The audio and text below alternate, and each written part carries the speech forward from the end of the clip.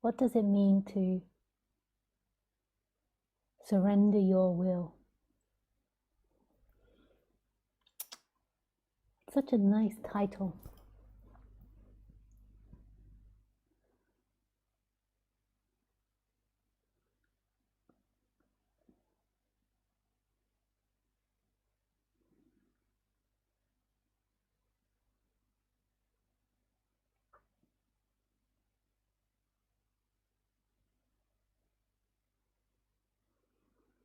I don't think that's an easy subject to talk about. It's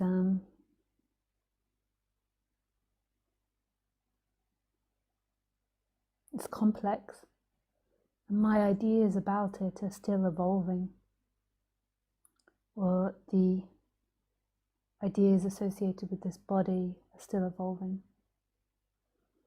It's so deep to surrender your will. So in Christianity it would be to surrender your will to God. And maybe in non-duality it would be like surrender your will to this moment. But both of those statements are so beautiful.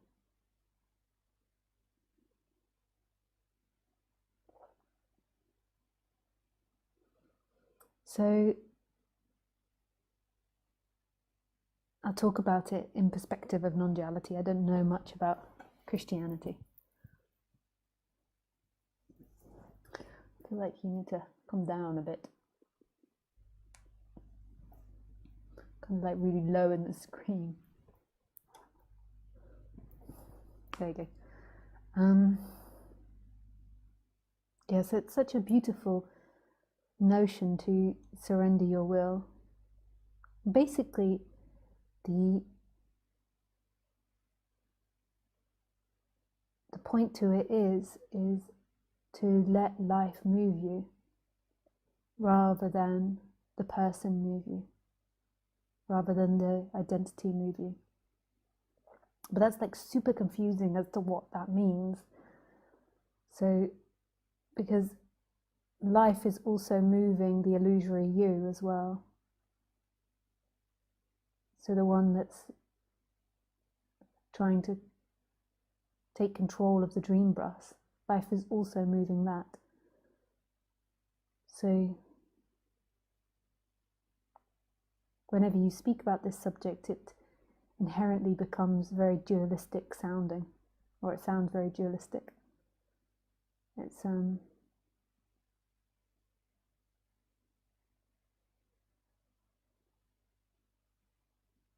needs a lot of bits split up and organized. And I'm going to add a little extra on from the way in which I was taught it. So it's something that has evolved here over the last years of speaking about this subject. So then the ideas that come through here are evolving. So even though right now this is nobody speaking, this is life speaking, the words are coming out in the pattern of this body-mind.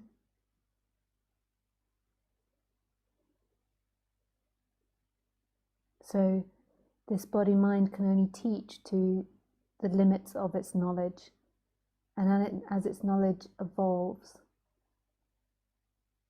the words that come out will also evolve as well. But that doesn't belong to an epicenter called Lisa. That comes out right now spontaneously. So you could say that nothing or life is speaking, or God is speaking. But it comes out through the pattern of Lisa. And that's the add-on that I have from the way in which I was taught it. When I was taught it, you were taught, it's like a eradication of the ego, and then you surrender to God's will, and then God acts you, like God moves the body. And then that kind of gave the impression to me, when I was listening to it, that it became devoid of the habits and conditions of the body. So God moved you devoid of those conditions. And especially like in Course in Miracles, they speak about it all coming from love. It does all come from love. But it kind of gives the impression that the person is totally eradicated and the body is moved without any conditions or habits or attachments to the past or any influence from the past. And after my awakening and then starting teaching, that was something that was a bit conflicting to me, because I could see that my body was certainly acting out of conditions from the past. So that was something I had to integrate. Like, it was spontaneously happening in this moment, but it was acting through the filters of Lisa. So I picked particular things. I behaved in certain ways. I could look at the patterns of the past, of what I'd done and where I was going.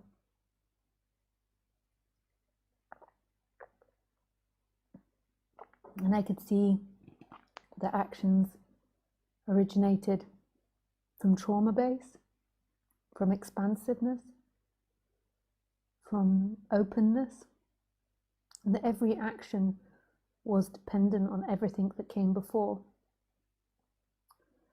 But that didn't mean there was a centralized Lisa in which these actions were coming from.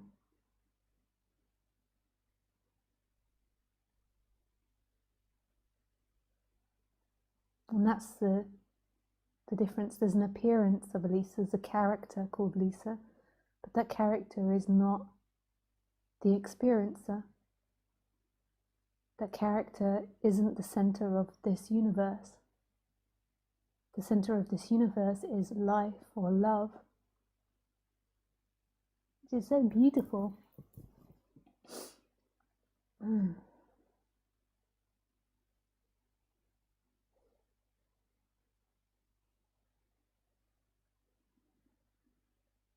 that did conflict with me, from what I remember, like internally, like an idea. And then there was the actual experience. And I liked the notion that this character would be totally wiped clean of all its habits and conditions, and act with no habits and conditions. I loved that idea. I was like superhero stuff.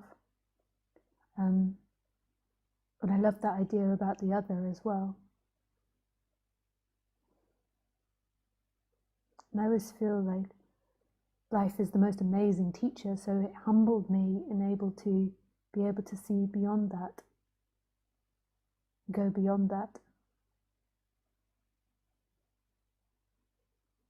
So whenever you have a false idea, life humbles you by the experiences that it brings.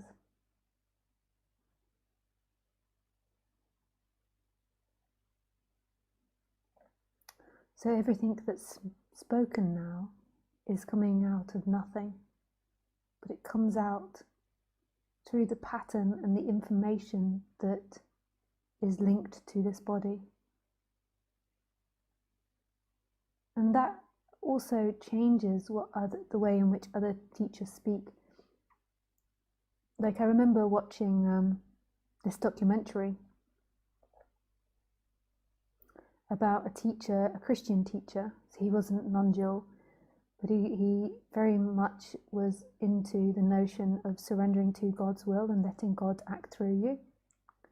And he claimed that God acted through him, and he had a follower, and they lived in the desert somewhere in America.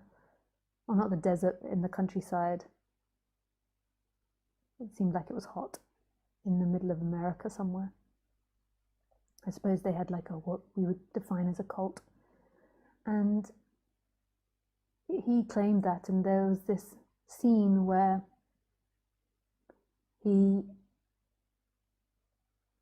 scene after he'd slept with his son's wife, and he claimed it was God's will and not the character's will.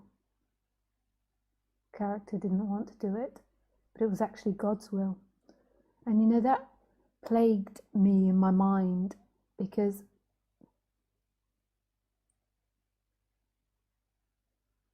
I can see the truth in that, and I could also see the not truth in that.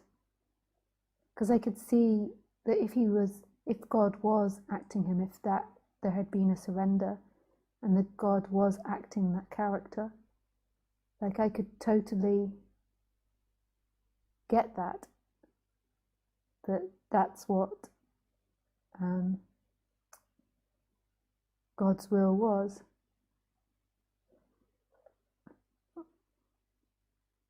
But he does it through the character, or she does it through the character God. I said he or she. Life does it through the character. So I could also see that there could perhaps be karmas in that character that it was his sexuality, like he wanted that. And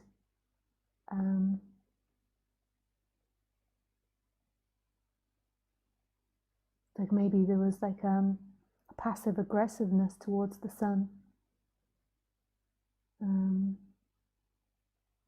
or a denial, so kind of like a kid, like blaming the invisible friend.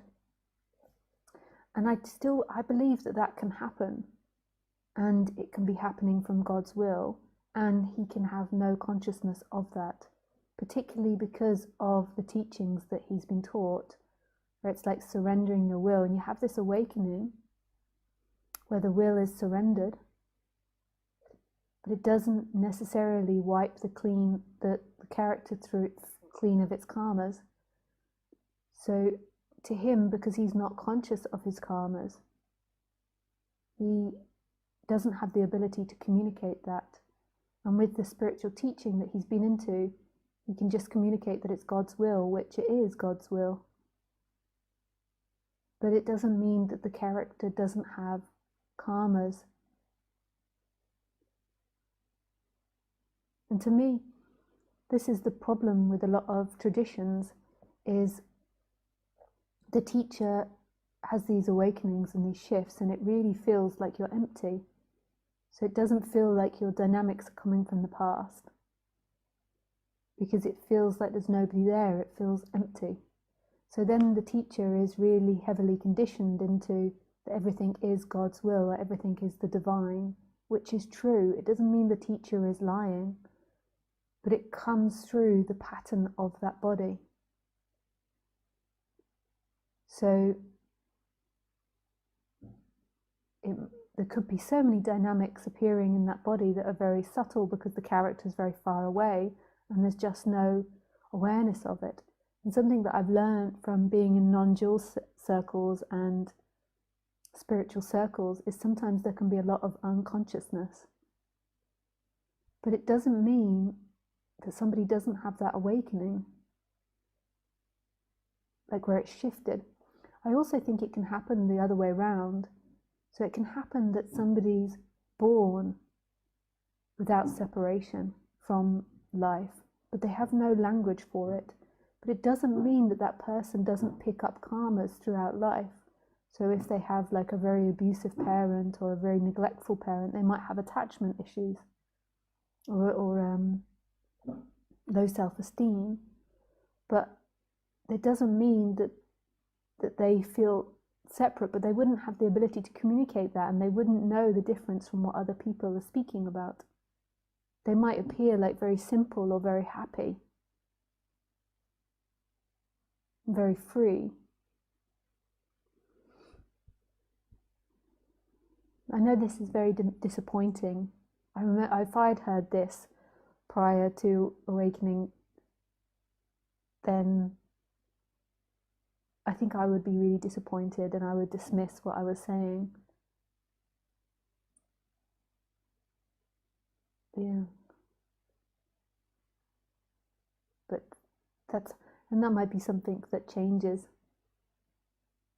through the years. Like maybe there's an update, because none of this, like this moment, the freedom, the emptiness doesn't come with knowledge. It's empty, and it kind of feels like it knows everything, but not intellectually. It just doesn't have questions. So it doesn't come with any language. So if you imagine it the other way around, that somebody's born without separation and grows up, they wouldn't be able to articulate that. It's never been put into words, and nobody would really notice, because other people are all separate, so they wouldn't notice. And I'm sure they would be pathologized to death by psychologists, like there's all these things wrong with them.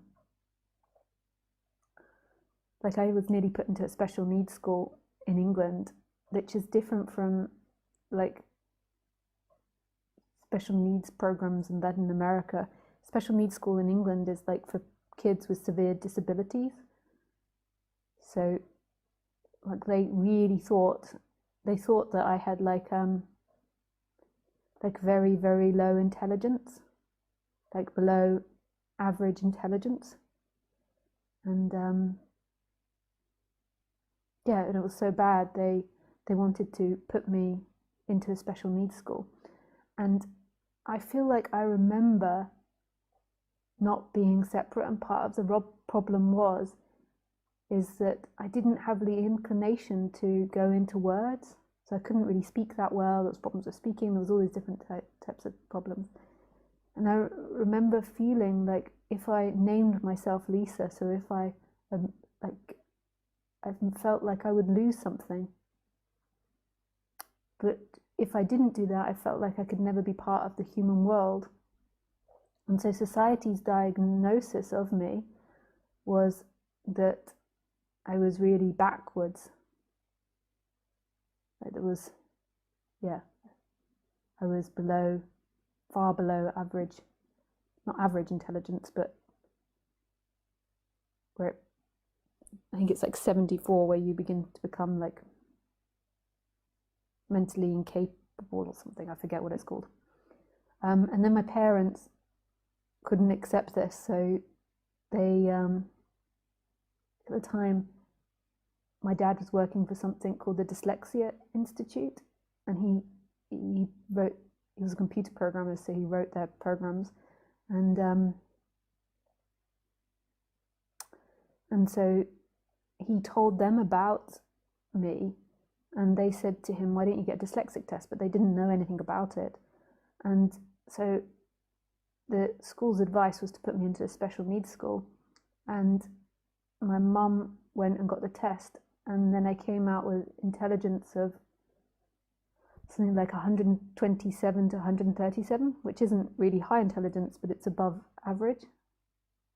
And it really shocked the school, because they thought that I was like below, like what's that, like below that mark. It's not average intelligence, like it's 74, it's like below, like where you become like the mentally disabled. And the school was like really shocked, and my parents were so angry that they removed me from the school and put me into private education, because the school to that date had kind of just been sitting me in the corner as the naughty kid, like and on the table with the naughty kids, and I was never allowed out at break time because they'd said I was naughty.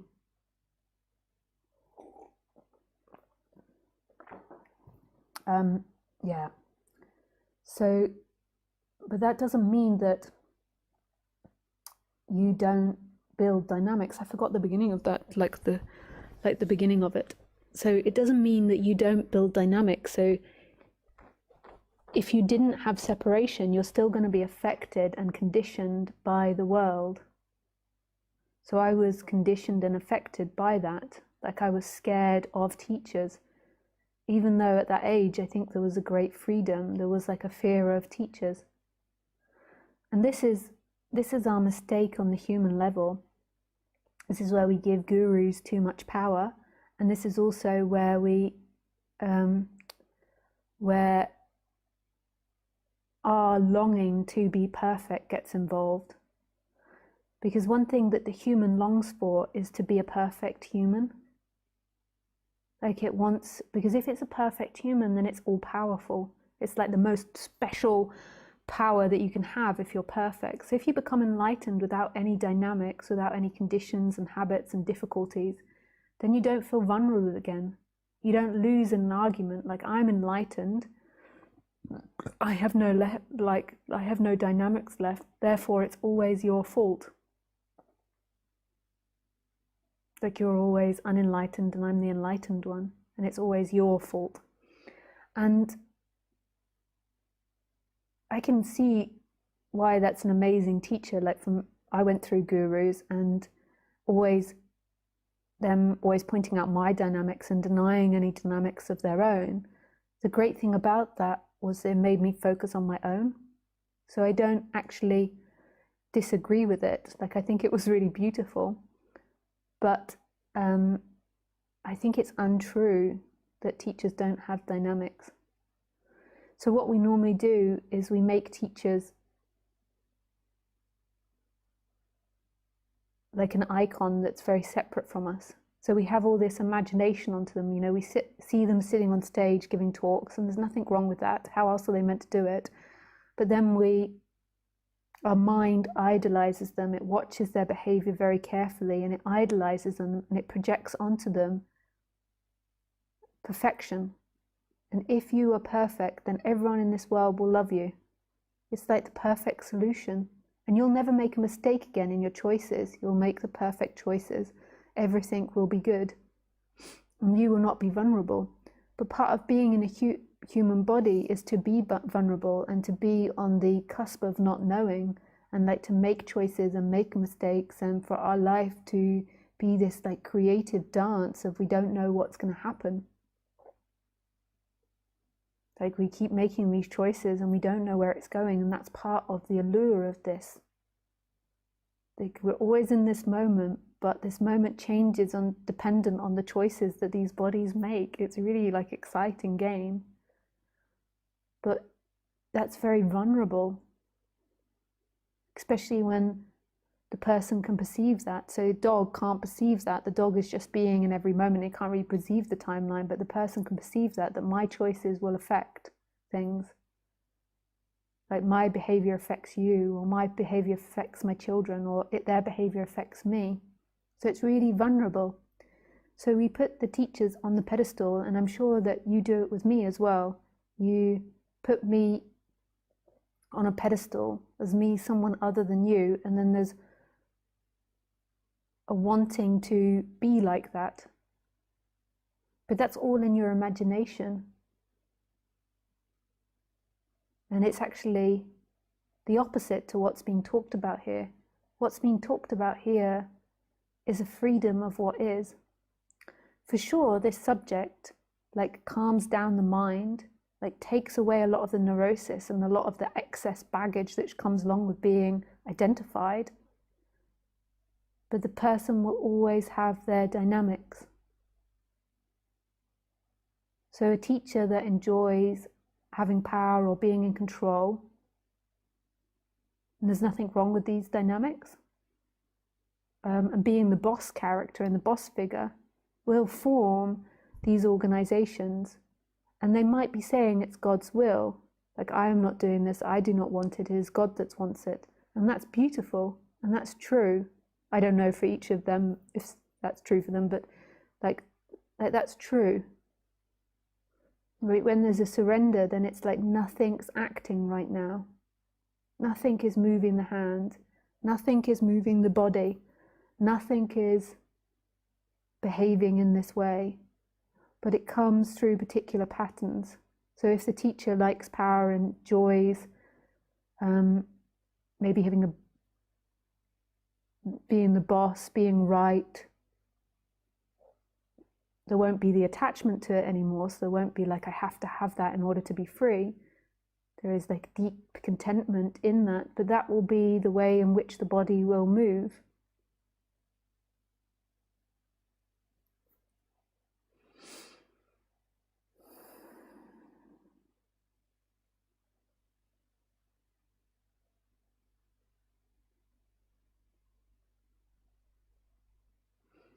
And it's really beautiful because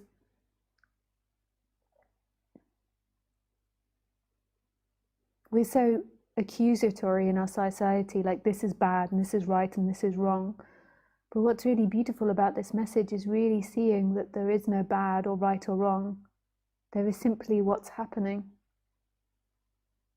And actually acting out of nothing is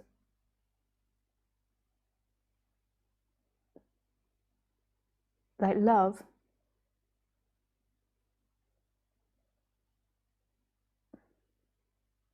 Even if it's acting out of that nothing and the teacher has a desire for power or desire for control, if it comes from that nothing, then it's absolute love, no matter what they do. Even if it's sleeping with students, which is like the big no-no, or becoming super rich and having like 1,000 Rolls Royces, it's love. And that's different from somebody acting out of separation and hate. When they're acting out of hate and